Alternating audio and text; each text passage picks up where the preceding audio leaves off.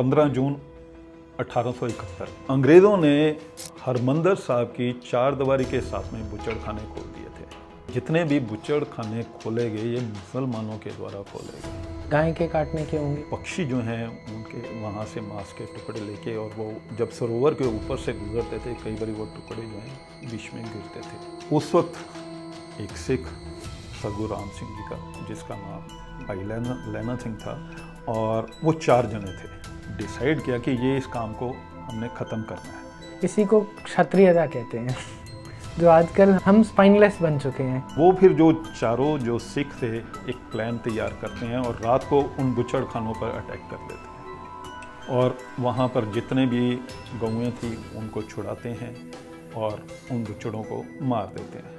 सदगुरु राम सिंह जी उन्हें आदेश देते हैं कि फसल जो तुम बीज कर आए हो क्या कोई और काटेगा। वापस आके कोर्ट में जज के सामने कहते हैं केस के बाद में उन्हें फांसी की सज़ा होती है।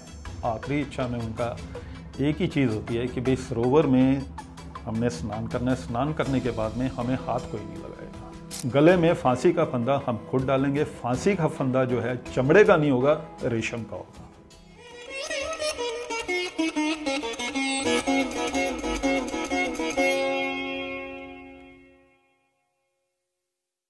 नमस्ते, संगम टॉक्स के मेरे सिट डाउन सेशंस में आज मेरे साथ रविंदर सिंह जी हैं।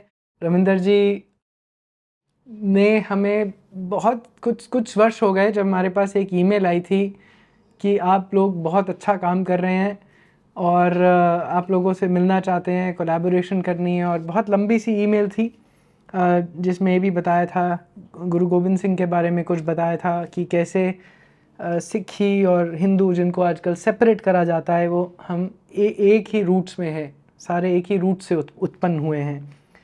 तो तब से कोशिश थी मिलने की मगर हो ही नहीं पा रहा था। फिर मैं रविंदर जी को बैंकॉक में वर्ल्ड हिंदू इकोनॉमिक फोरम उस जब वो चल रही थी वहाँ पर एक दूसरे से मिले। हाँ जी, दिसंबर 23 में। और बातचीत चलते चलते अब फाइनली आज मैं इनके साथ बैठा हूँ नामधारी सिख हिस्ट्री के बारे में जानने के लिए। नामधारी संप्रदाय सेक्ट के इनसे पहले इसके बारे में, फिर हिस्ट्री के बारे में भी। रविंदर जी ने मुझे अभी कुछ बुक्स भी दी हमारी लाइब्रेरी के लिए, गुरु राम सिंह एंड द कुका सिक्स, और कुछ ब्रिटिश डॉक्यूमेंट्स हैं 1863 से 1871 के। तो ये हमारी लाइब्रेरी में रहेगी। Hopefully we can make it available to all the people. अगर इसका सर PDF लिंक मिल जाएगा तो हम इस वीडियो के बिल्कुल मिल जाएगा sir, it is available online और मैं आपको लिंक भेज दूँगा। और इसी तरह से Kuka movement freedom struggle in Punjab by Jaswinder Singh ji. तो ये बुक्स की PDFs हम कोशिश करेंगे अवेलेबल करवाएं और इस वीडियो के डिस्क्रिप्शन में आपके पास डाउनलोडेबल रहेगा। रविंदर जी प्लीज़ बताइए थोड़ा सा पहले नामधारी सिखों की पहले बैकग्राउंड के बारे में। है क्या आयु पूरे सिखी का पार्ट हैं, सिखिज़्म का पार्ट हैं, कैसे अलग हैं, थोड़ा सा background. Basically Namdhari are one of the sect, एक संप्रदाय है, ऑफशूट है सिखिज़्म की। सिर्फ एक छोटा सा डिफरेंस, छोटा कह लीजिए या बड़ा कह लीजिए, इसमें सिर्फ एक ही है डिफरेंस कि गुरबाणी को गुरु मानना और देहधारी को गुरु मानना, बस यही फ़र्क है। बाकी सब कुछ वही है, वैसे ही है, उसमें कुछ भी चेंज नहीं। गुरु ग्रंथ साहब जी को नामधारी सिख भी वैसे ही मानते हैं जैसे बाकी सिख मानते हैं। बस यही नामधारियों का जो है यही फ़र्क है। दोबारा बताए फ़र्क क्या मतलब है इसमें? यही डिफरेंस है कि नामधारी जो हैं वो देहधारी को गुरु मानते हैं। देहधारी हाँ जी, माने जिसने देह रखी हो, जिसने देह रखी हो, तो जो देह करके हो जी, ह्यूमन, तो एक कॉन्टिन्यूटी ऑफ गुरु। हाँ जी, तो दलीप सिंह जी अभी कॉन्टिन्यूटी ऑफ गुरु में है, तो लिविंग गुरु को, लिविंग गुरु है, को गुरु मानना है। ठीक है, सिर्फ यही अंतर है, बाकी कोई फर्क उसमें अंतर नहीं है। कोई मतलब किसी तरह का कोई बदलाव नहीं है। छोटी मोटी चीज़ें हैं वो इतनी मायने नहीं रखती। गुरबाणी का सत्कार वैसे ही करते हैं नामधारी जैसे कि बाकी सिख करते हैं। हम भी वहीं, जैसे गुरुद्वारा बंगला साहब जाना, गुरुद्वारा रकाबगंज जाना, शीशगंज जाना, यह हमारी नित्य प्रति क्रिया है, जाते ही जाते हैं। नामधारी सिखों में आपने बताया लिविंग गुरु की प्रथा है, तो अभी कौन लिविंग गुरु हैं? अभी प्रेजेंट जो नामधारियों के गुरु हैं वो सदगुरु दिलीप सिंह जी हैं।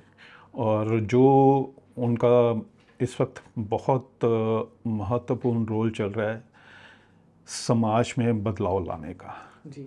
जैसे वुमेन एम्पावरमेंट है, या सबसे बड़ा इशू चल रहा है आजकल धर्मांतरण का। तो सदगुरु जी ने पंजाब में खासकर हज़ारों परिवारों की घर वापसी कराई है। और इस इशू को लेकर सदगुरु जी ने ऑन स्टेज बहुत बारी सनातन से उपजे हुए धर्म जो भी हैं, हिंदू, बौद्धी, जैन और सिख, इन सभी से आग्रह किया है कि अगर हम सभी लोग चारों धर्म अगर मिलकर इकट्ठा हो जाते हैं तो फिर दुनिया की कोई भी ताकत हमारे को रोक नहीं सकती धर्मांतरण को रोकने से। एक तो धर्मांतरण की बात है और दूसरी बात है एक्चुअली, सॉरी मैं पॉलिटिकल साइड में जा रहा हूँ, मे भी कभी इसमें भी बात करेंगे, मगर क्या नामधारी सिख स्प्रेड करते हैं से अमंग अदर रिलीजन्स? सिर्फ घर वापसी नहीं, मगर क्या दूसरों को कन्वर्ट करने में, जैसे क्रिश्चियंस हैं, मुस्लिम्स हैं इन अदर कंट्रीज़, उनको सिक्खी में लाते हैं? बिल्कुल, सदगुरु जी का पूरा प्रयास है। सदगुरु जी ने बाकायदा एक नारा बनाया है, वो पंजाबी में ही है, उसका आपको मैं थोड़ा सा डिटेल बता देता हूँ कि गुरु नानक को मानने वाला हर प्राणी सिख है। गुरबाणी को, गुरु नानक देव जी को, गुरु गोबिंद सिंह जी को जो भी सज्जन मानता है किसी भी स्वरूप में, मैं भी सिख हूँ और ये बिल्कुल सही बात है। मैं तो पूरे, हम पंजाब से ही हैं तो हमारे घर में तो मतलब सारा समय कोई अपना फेस्टिवल होता है या कोई बच्चा पैदा होता है, कोई घर पे जाना है तो गुरबाणी का पाठ रखेंगे, तो सब। तो ये बेसिकली सदगुरु जी का पूरा प्रयास है कि सिक्खी का प्रचार जो है, सिक्खी जो है वो शब्द जो है शिष्य से उत्पन्न हुआ है जी। और सिख जो भी गुरु की शिक्षाओं को मानता है, सदगुरु नानक देव जी की शिक्षाओं को मानता है, गुरबाणी को मानता है, वो सिख है। ओरिजिन कहाँ से हुआ था नामधारियों का? नामधारियों का ओरिजिन जो है वो सदगुरु राम सिंह जी से शुरू होता है। और जब पंजाब में महाराजा रंजीत सिंह का देहांत होता है 1839 में जी। तो उससे पहले अंग्रेज़ों ने पूरी तैयारी कर ली थी पंजाब को उसमें ब्रिटिश राज में शामिल करने की। और उस वक्त पंजाब में बहुत बुरी हालत हो गई थी। अंग्रेज़ों ने धीरे धीरे से अपना जो है रंग दिखाना शुरू कर दिया था, कब्जा करने का पंजाब के ऊपर। और उस वक्त उस हालत में लोगों के जो परेशानियों में उस वक्त सदगुरु राम सिंह जी ने अंग्रेज़ों के ख़िलाफ़ आवाज़ उठाई। अच्छा। वो टाइम था 12 अप्रैल 1857। ठीक है। वो जगह थी श्री भैनी साहब, लुधियाना से अप्रॉक्सीमेटली 25 किलोमीटर पर है टूवर्ड्स चंडीगढ़। वहाँ पर सदगुरु जी ने सफ़ेद रंग का तिकोन झंडा फहराकर अंग्रेज़ों के ख़िलाफ़ आवाज़ उठाई थी।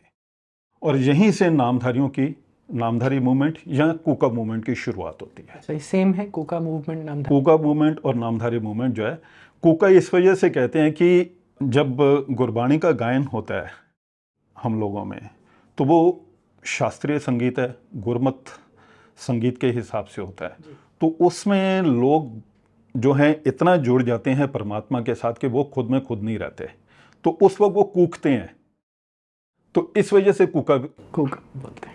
ठीक है, तो ये है वजह। और नामधारी जो है जिसने नाम को धारण किया हुआ है। अच्छा, तो गुरु से नाम मिलता है? हाँ जी, गुरु से नाम मिलता है। तो बिल्कुल वही गुरु शिष्य परंपरा और लिविंग गुरु की परंपरा वो चलती आ रही है कंटिन्यू। और एक चीज़ और, जो हमें गुरुमंत्र मिलता है वो गुरबाणी में से ही है।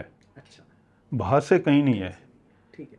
वो गुरु नानक देव जी ने जो प्रथा चलाई, उस प्रथा में जो गुरुमंत्र है वही गुरुमंत्र जो है वो चलता आ रहा है। तो कुछ और बताइए कि गुरुमंत्र कहाँ से मिला, वो छोड़ देते हैं, बट उनके बारे में अगर थोड़ा बताएंगे तो। सदगुरु राम सिंह जी का जन्म जो है, उनका जन्म जो है श्री भैनी साहब में ही, राइया में हुआ था। भैनी साहब के नज़दीकी एक छोटा सा गांव है, और वो उनके पिताजी जो थे वो लकड़ी का काम करते थे।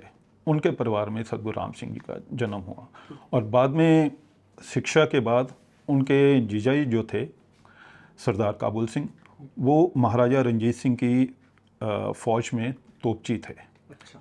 तो वो अपने साथ में सतगुरु राम सिंह जी को ले गए और कुछ समय सतगुरु राम सिंह जी ने महाराजा रंजीत सिंह की फ़ौज में काम किया। उस बटालियन का नाम बाद में संत बटालियन करके भी पड़ गया था। अच्छा। क्योंकि सतगुरु राम सिंह जी का स्वभाव शुरू से ही बहुत ज़्यादा धार्मिक था, पूजा पाठ में था, युद्ध में भी वो थे, प्रवीण थे। तो मतलब वो वॉरियर थे महाराजा रंजीत सिंह की आर्मी में? हाँ जी। अच्छा। और जब दूसरा सिखों का युद्ध हुआ है एंग्लो सिख वॉर में, उस वक्त उन्होंने फिर वहाँ से वापस आ गए थे कि अब सिखों की हार जो है निश्चित है, क्योंकि सिखों में आपस में ही फूट बहुत ज़्यादा पड़ गई हुई थी। तो जिस वजह से फ़ौज का हाल, सिख आर्मी का हाल उस वक्त जो था वो बहुत ज़्यादा नासाज था। तो वहाँ से फिर वो सीधा भैनी साहब आए और भैनी साहब में कुछ समय उन्होंने अपनी तपस्या की। तपस्या करने के बाद फिर उन्होंने 1857 में ये क्रांति का कार्य शुरू कर दिया। और वो ब्रिटिशर्स के अगेंस्ट भी था और सोशल मूवमेंट भी थी, स्पिरिचुअल मूवमेंट भी थी। बिल्कुल। स्पिरिचुअल मूवमेंट इस तरह से था कि सिक्खी का बहुत सारा पतन पंजाब में हो गया हुआ था और लोग मजाक भी उड़ाते थे, कोई गुरबानी उस वक्त पढ़ता था। क्योंकि इसमें एक चीज़ और बता दूं कि अंग्रेज़ों ने सबसे ज़्यादा जो नुकसान किया वो नुकसान था सिक्खी में उनकी मर्यादा का। जैसे ही अंग्रेज़ों ने पंजाब के ऊपर कब्ज़ा किया, उस वक्त उन्होंने सबसे पहले एक सज्जन को, एक गोरे को नियुक्त किया, जिसका काम था कि ये मालूम करना कि सिखों की ताकत का राज क्या है। उसका नाम था शायद डॉक्टर ट्रांफ। डॉक्टर ट्रांफ ने पूरा स्टडी करके जो रिपोर्ट सबमिट की, उस रिपोर्ट में उन्होंने बताया कि सिखों की ताकत का राज जो है वो उनकी मर्यादा है। वो अमृत वेले उठते हैं, प्रभात काल में उठ के नाम सिमरन करते हैं, गुरबाणी का जाप करते हैं और फिर गुरबाणी के अनुसार ही अपनी दिनचर्या निभाते हैं। ये उनकी ताकत का राज है। तो अंग्रेज़ों ने उसी के ऊपर सबसे पहले वॉर अटैक किया। कैसे? उन्होंने सिखों को सिखों के मार्ग से हटा दिया। जो उनकी दिनचर्या थी, उस दिनचर्या को खंडित कर दिया। सुबह प्रभात में उठना, गुरबाणी का जाप करना और इन चीज़ों से उन्होंने उस वक्त के सिखों को हटा दिया। तो ऐसे समय में जब सतगुरु राम सिंह जी का उदय होता है, उस वक्त सतगुरु राम सिंह जी ने पंजाब में जो हालत देखी, उस वक्त वहाँ पे वो महंतवाद ये सब कुछ शुरू हो गया हुआ था।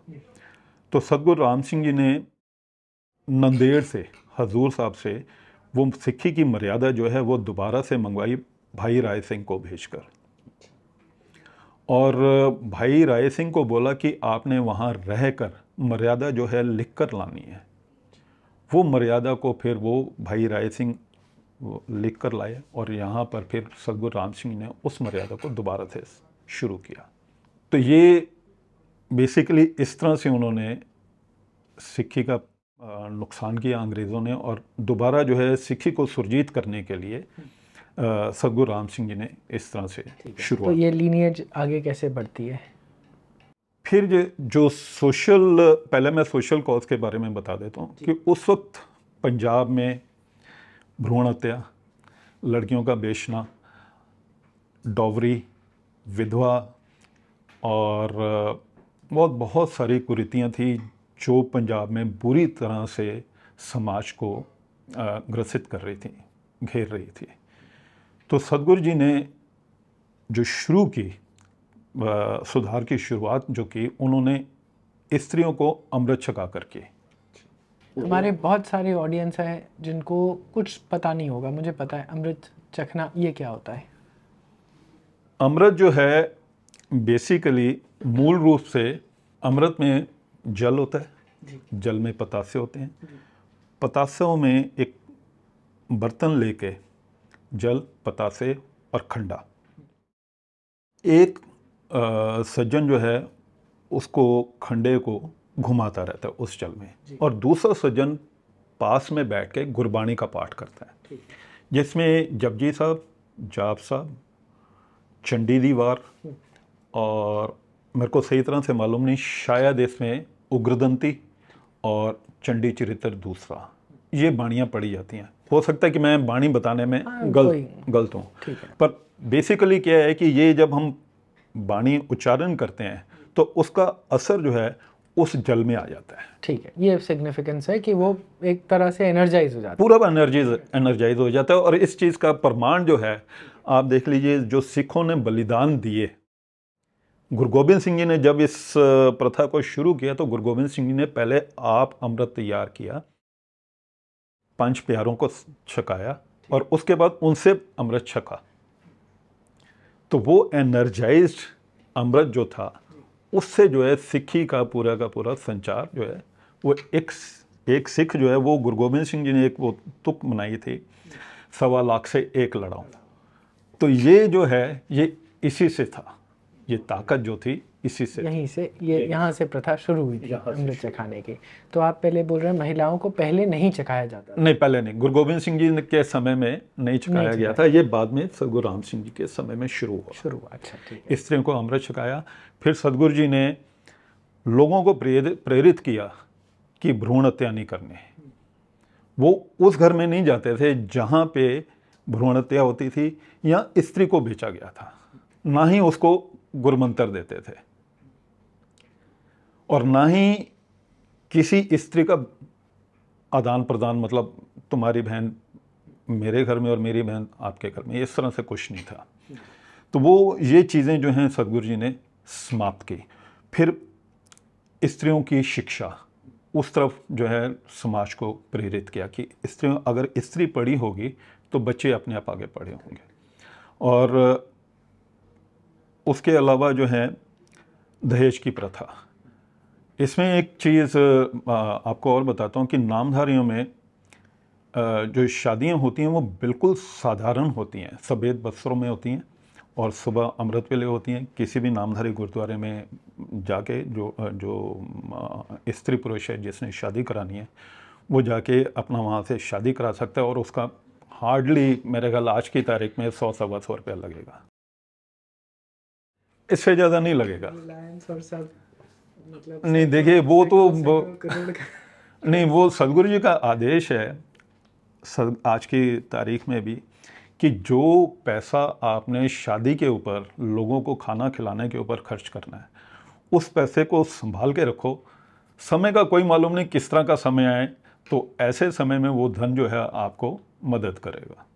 जो आपने लगाना है शादी में, लोगों को बुला के पार्टियां करने में और सब कुछ करने में, तो वो आज भी सदगुरु जी जो हैं इस चीज़ को मना करते हैं कि पार्टियां नहीं देनी, दहेज नहीं मांगना, ना मांगना है ना देना है।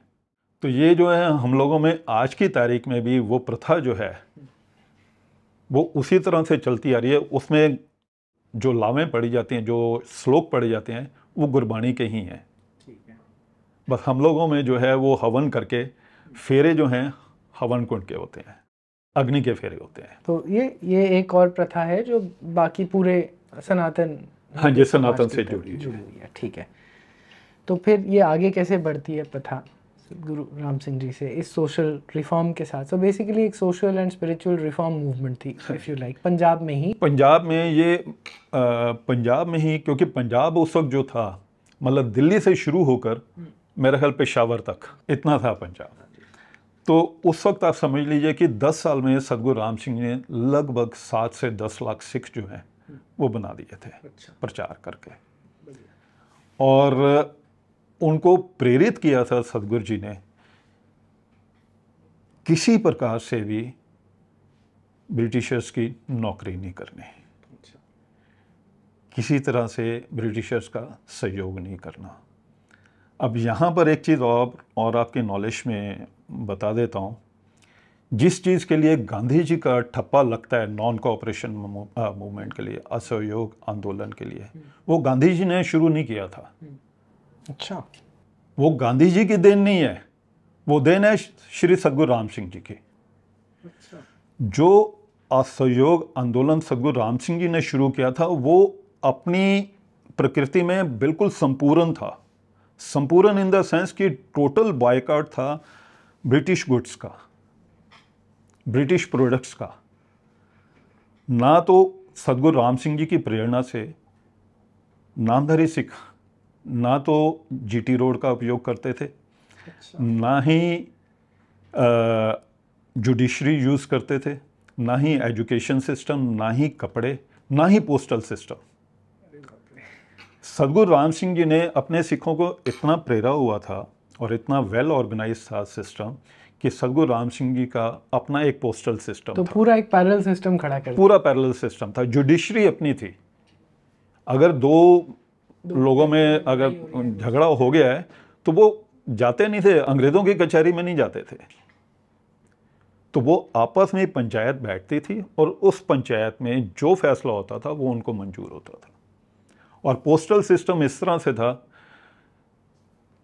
कि अगर किसी के पास एक गांव से दूसरे गांव जब एक बंदा मैसेज लेकर जाता था तो वो बंदा अगर खाना खा रहा होता था, जैसे ही मैसेज आता था वो खाना बीच में ही छोड़ देता था और उस मैसेज को लेके अगले गांव लेकर पहुंचता था। तो message to message.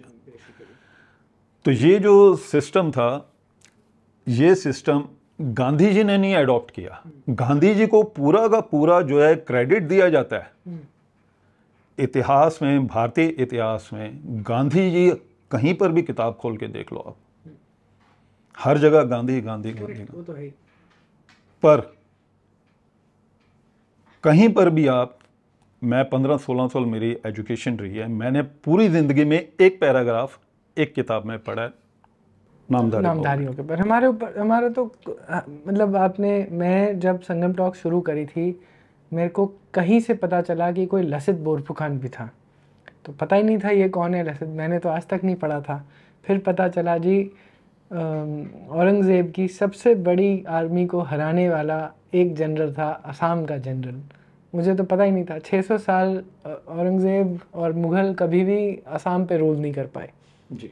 I had no idea. ये तो हमारी एजुकेशन सिस्टम की ऑब्वियस बातें हैं। हमें अपनी हिस्ट्री नहीं बताते, इन्वेडर्स हिस्ट्री बताते हैं। देखिए ये यहाँ पर अब पता नहीं ये कब बदलेगा ये नहीं पता, ये नहीं पता, पर ये बदलना चाहिए क्योंकि आने वाले जनरेशन्स को हमारा जो है इतिहास मालूम होना चाहिए। हाँ जी बिल्कुल।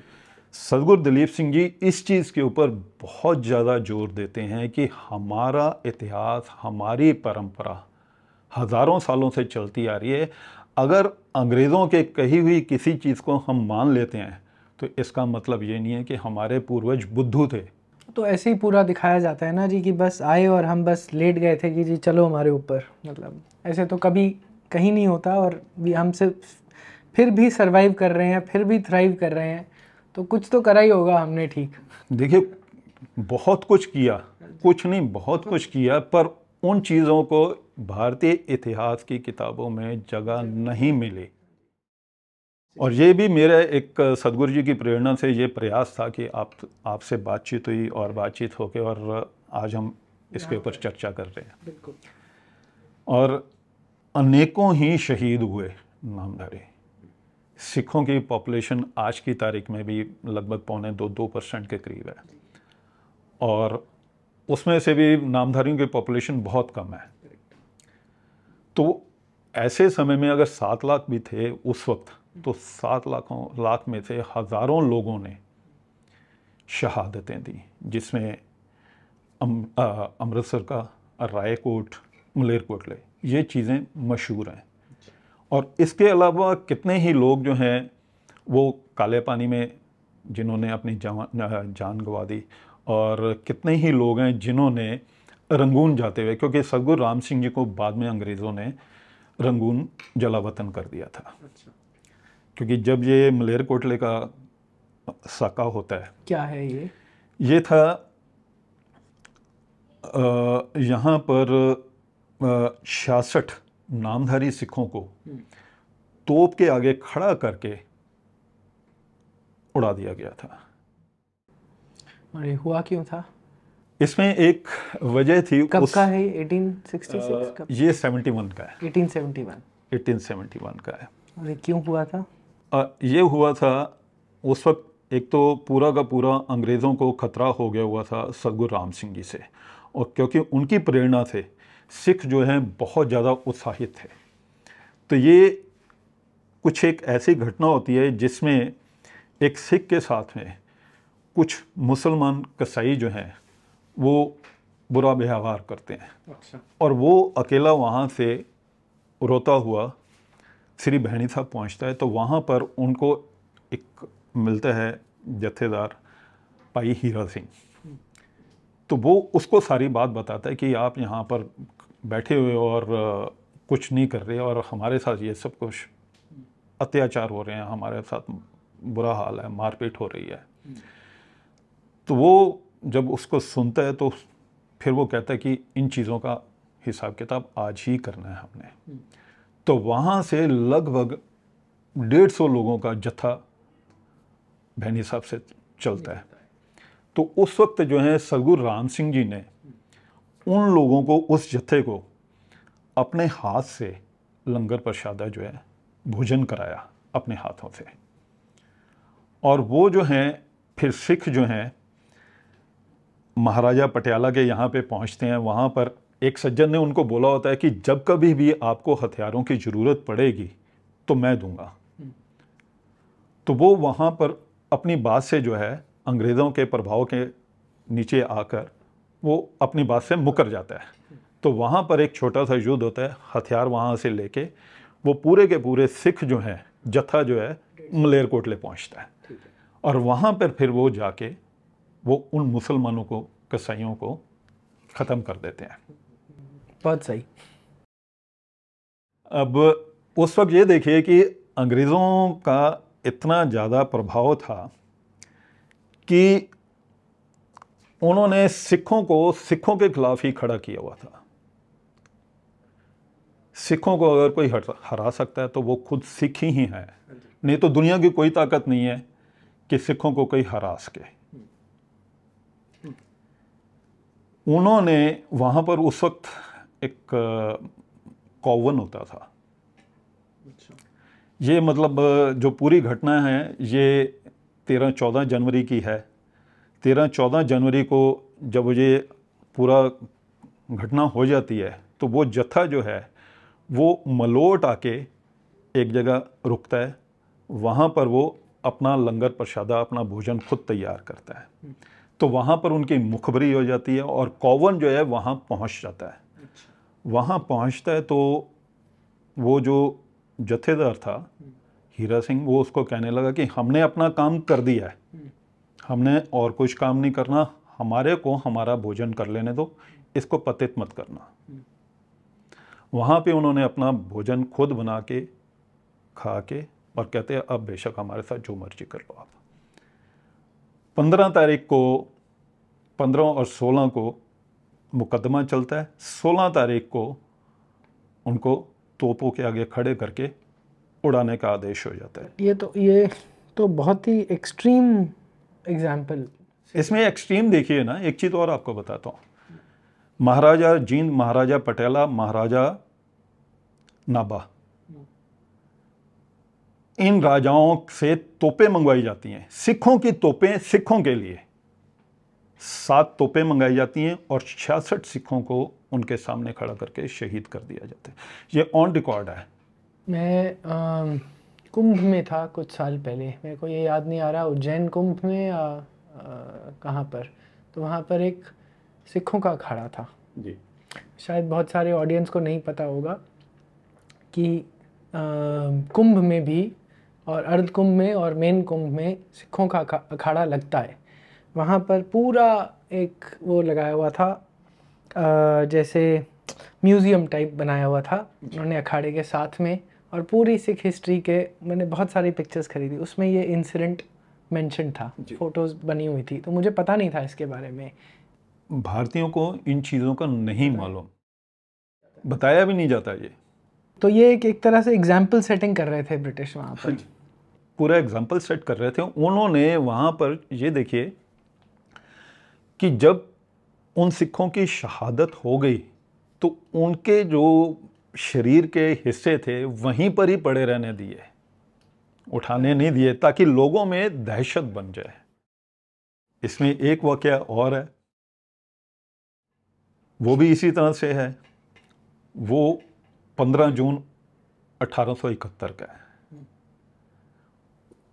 अंग्रेज़ों ने उनकी हिम्मत ये देखी कि हरमंदर साहब की चारदीवारी के साथ में बुचड़खाने खोल दिए थे, परमिशन दे दी थी।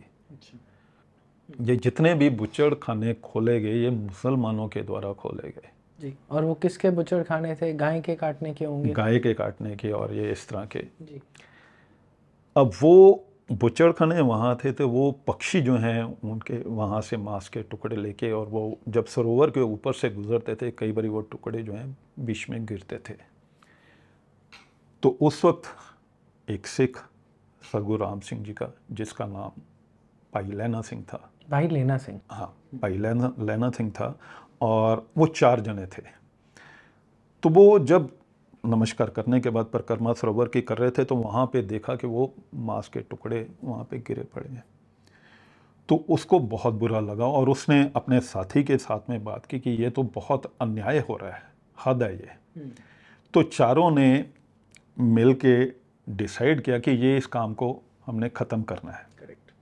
एडमिनिस्ट्रेशन करेगी या नहीं करेगी, क्योंकि वो मिले हुए हैं, हम ख़त्म करेंगे। इसी को क्षत्रियता कहते हैं, जो आजकल हमारी हम स्पाइनलेस बन चुके हैं।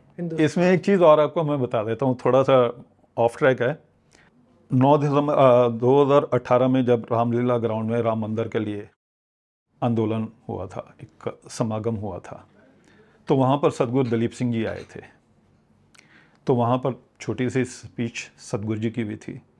तो सतगुरु जी ने राम मंदिर के लिए बोला था ऊंची आवाज़ में, छाती ठोक के, कि राम मंदिर को किसी कानून के तहत गिराया नहीं गया, राम मंदिर किसी कानून के तहत बनेगा नहीं, शक्ति से गिराया गया था, ये शक्ति से ही बनेगा। ये बात मैंने सुनी थी। मैं उस समय सर पे भगवा बांधकर वहाँ घूम रहा था, तो मैं वो वीडियो स्क्रीन्स लगाई हुई थी, तो उनको स्टेज पे बुलाया गया था और मैंने देखा था। बाप रे बाप, क्या बोले थे।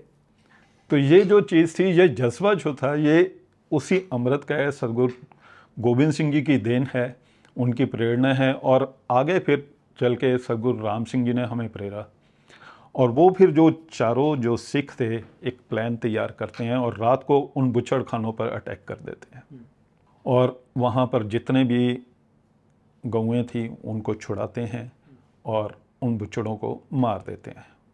कत्ल करने के बाद वो वहाँ से सीधा भैनी साहब आ जाते हैं। भैनी साहब आके वहाँ पर सतगुरु राम सिंह जी को जो भी किया वो सारा कुछ बता देते हैं। सतगुरु राम सिंह जी उन्हें आदेश देते हैं कि फसल जो तुम बीज कर आए हो, क्या कोई और काटेगा? जो फसल तुमने बीजी है तुम ही काटो जाके उसे। वो चारों जो हैं वापस आते हैं, वापस आके कोर्ट में जज के सामने कहते हैं कि किसी और ने, क्योंकि अंग्रेज़ों ने वहाँ पर निहंगों को, कुछ निहंगों को पकड़ लिया था कि उन्होंने मारा होगा। पर फिर जब वो सिख जाके बोलते हैं कि नहीं ये काम हमने किया है, तो वहाँ पे जज जो कहता है ये बहुत ज़्यादा इमोशनल हो रहे हैं, तो वो बात मानता नहीं, कहता नहीं जी, भाई लैना सिंह कहता है कि नहीं हमने ही किया है, फलानी जगह पे हमारे जो हैं हथियार पड़े हैं और कपड़े पड़े हैं। तो वो उनकी बरामदगी होने के बाद में वो फिर उनके ऊपर केस चलता है।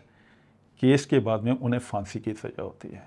तो जब उनसे आखिरी इच्छा पूछी जाती है तो आखिरी इच्छा में उनका एक ही चीज़ होती है कि भाई सरोवर में हमने स्नान करना है, स्नान करने के बाद में हमें हाथ कोई नहीं लगाएगा, गले में फांसी का फंदा हम खुद डालेंगे। फांसी का फंदा जो है चमड़े का नहीं होगा, रेशम का होगा। रामबाग बरगद का पेड़ अमृतसर में आज भी मौजूद, वहीं पर ही फांसी दी, वहीं पर ही चारों लोग वहीं पर ही शहीद हुए थे। ये सब हमारे लिए इंस्पिरेशनल सेंटर्स होने चाहिए, ये सब जगह। पता नहीं वो है या नहीं, वो बरगद का पेड़, बरगद का पेड़ आज भी है, हाँ, मगर वो एक तरह से एक रिवर्ड स्पॉट है या नहीं है ये नहीं पता। अब वो आज तक कभी भी किसी भी गवर्नमेंट ने किसी भी तरह से ये नामधारी बताने की कोशिश भी नहीं की और ना ही नामधारियों की मदद की।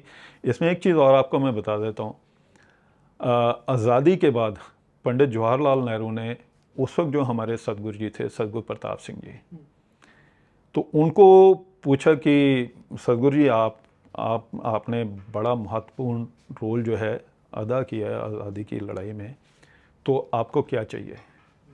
तो सदगुरु जी ने हाथ जोड़ के कहते हमें कुछ नहीं चाहिए, मना कर दिया था कुछ भी लेने से जी। कोई पोजीशन, कोई किसी तरह को कुछ भी नहीं लिया। नामधारी जो हैं ये कह लीजिए कि मीडिया शाही लोग थे, अपने आप में ज़्यादा थे, और उसमें जो है समाज के लिए अगर हम कुछ कर सकते हैं, स्पिरिचुअल और सोशल ऑर्डर है, हाँ, उसमें हम समाज के लिए क्या कर सकते हैं वो कर देंगे, पर किसी लाइमलाइट में आए वो हमारी ऐसी कोई इच्छा नहीं। सदगुरु जगजीत सिंह जी जो सदगुरु प्रताप सिंह जी के बाद में हुए, ये भी बहुत कम लोगों को मालूम है, विश्व हिंदू परिषद के फाउंडर मेंबर थे सदगुरु जगजीत सिंह जी। वीएचपी के फाउंडर मेंबर थे। जिस वर्ष सदगुरु जी का स्वर्गवास हुआ है, 2012 में सदगुरु जी का स्वर्गवास हुआ है, 2013 में विश्व हिंदू परिषद ने नहीं 2012 में ही उनको सम्मानित करने का प्रोग्राम बनाया हुआ था। जी बढ़िया। हमारी जब पिछली बार कुछ चर्चा हुई थी तो आपने कुछ सुभाष चंद्र बोस का भी रेफरेंस दिया था। सुभाष चंद्र बोस के ये सारी चीज़ें जो हैं रिसर्च के मैटर हैं, इनके ऊपर रिसर्च जो है बहुत कम हुई हुई है। हाँ जी। सुभाष चंद्र बोस के साथ में भी बहुत ज़्यादा नज़दीकी संबंध रहे हैं सदगुरु जी के, सदगुरु प्रताप सिंह जी के। सुभाष चंद्र बोस का एक ड्राइवर जो था सेठ तरलोक सिंह, उन्होंने काफ़ी समय इनकी गाड़ी चलाई है सुभाष चंद्र बोस की। वो बाद में फिर थाईलैंड में चले गए थे और वहीं पर फिर उनका सभी कारोबार रहा है। उनके बच्चे अब अमेरिका में और थाईलैंड में होते हैं। यहाँ दिल्ली में पूसा रोड के ऊपर उनकी कोठी थी। तो इस तरह से संबंध जो है ये वहाँ से कनेक्शन है आईएनए से। मतलब आज़ादी के लिए कोई भी आ जाए सदगुरु जी के पास तो वो पूरा मतलब बाहें खोल के उसका स्वागत करते थे, और जो भी यथा योग उनका जो है मदद करते थे। तो अब प्रेजेंट में आते हैं, तो अभी क्या रोल है और क्या पर्पस है, या क्या मेन पॉइंट्स हैं जिस पे सारे नामधारी समाज को इकट्ठा करके आगे बढ़ने के लिए प्रोत्साहित किया जाता है? सदगुरु दलीप सिंह जी से कहाँ पर रहते हैं अभी? तो सदगुरु जी फिलहाल कनाडा में हैं और हमेशा भ्रमण पर ही रहते हैं, लोगों को प्रेरते रहते हैं, नामधारी संगत को, बाकी लोगों को भी प्रेरते हैं। कितनी आयरनी है कि एक तरफ सदगुरु दलीप सिंह जी हैं और दूसरी तरफ वो सारे खालिस्तानी कनाडा में। इसमें एक चीज़ और है, देखिए जिस तरह से पंजाब में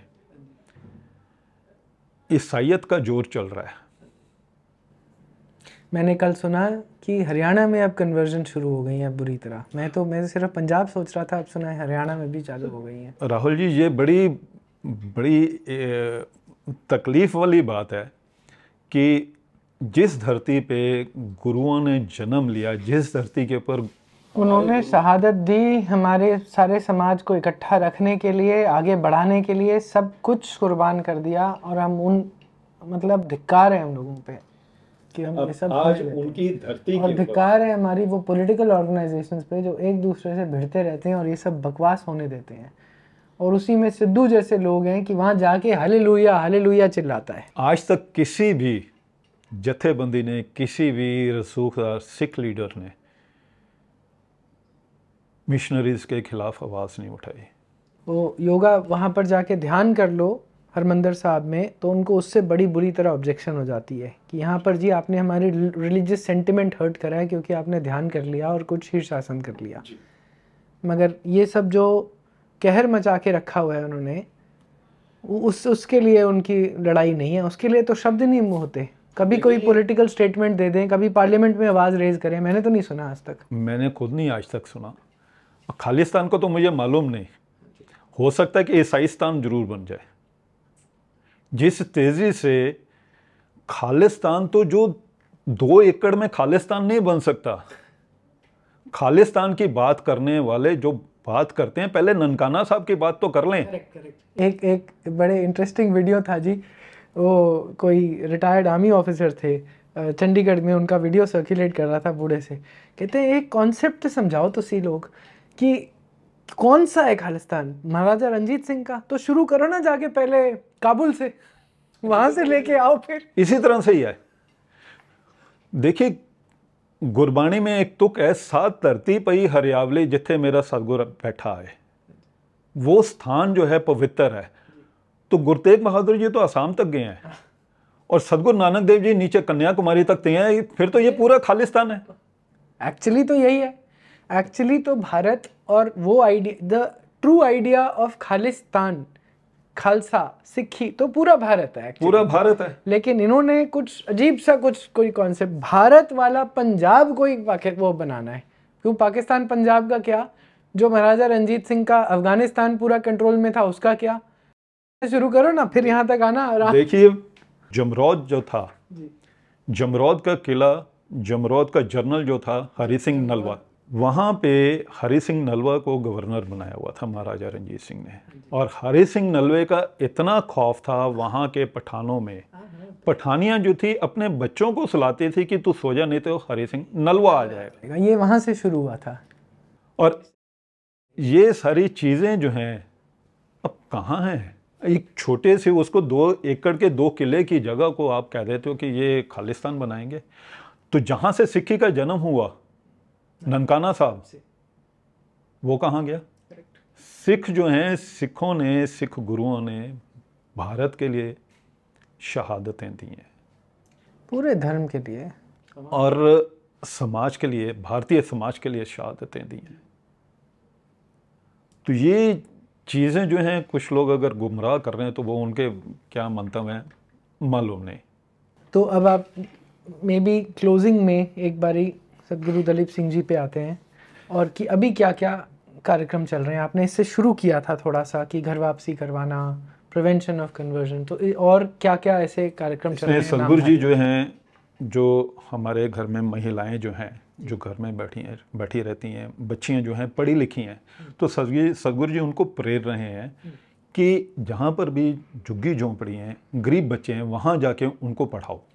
ठीक है। क्योंकि एक बारी उनके बच्चों में, एक आपको एग्जांपल दे देता हूँ, लुधियाना शेरपुर चौक, वहाँ पर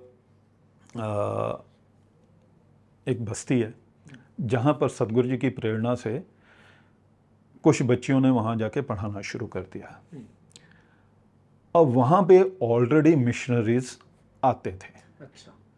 तो जब यहाँ से वो बच्चियाँ जाना शुरू हुई तो उन मिशनरीज का प्रभाव घटना शुरू हो गया।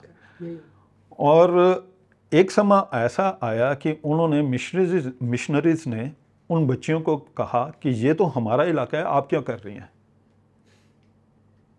तो वहाँ से हड़काना पड़ा उनको, और आज वो उस इलाके में बच्चे जो हैं जय श्री राम, धन सतगुरु नानक देव जी, ये नारे लगाते हैं।